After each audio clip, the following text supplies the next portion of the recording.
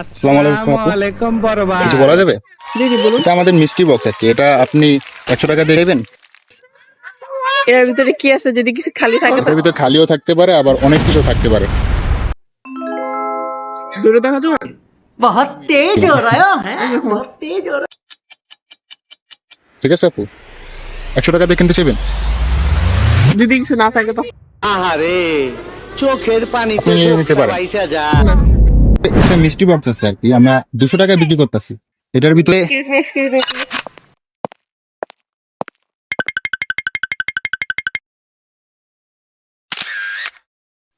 আসসালামু আলাইকুম আপু, কিছু বলা যাবে? Thank you.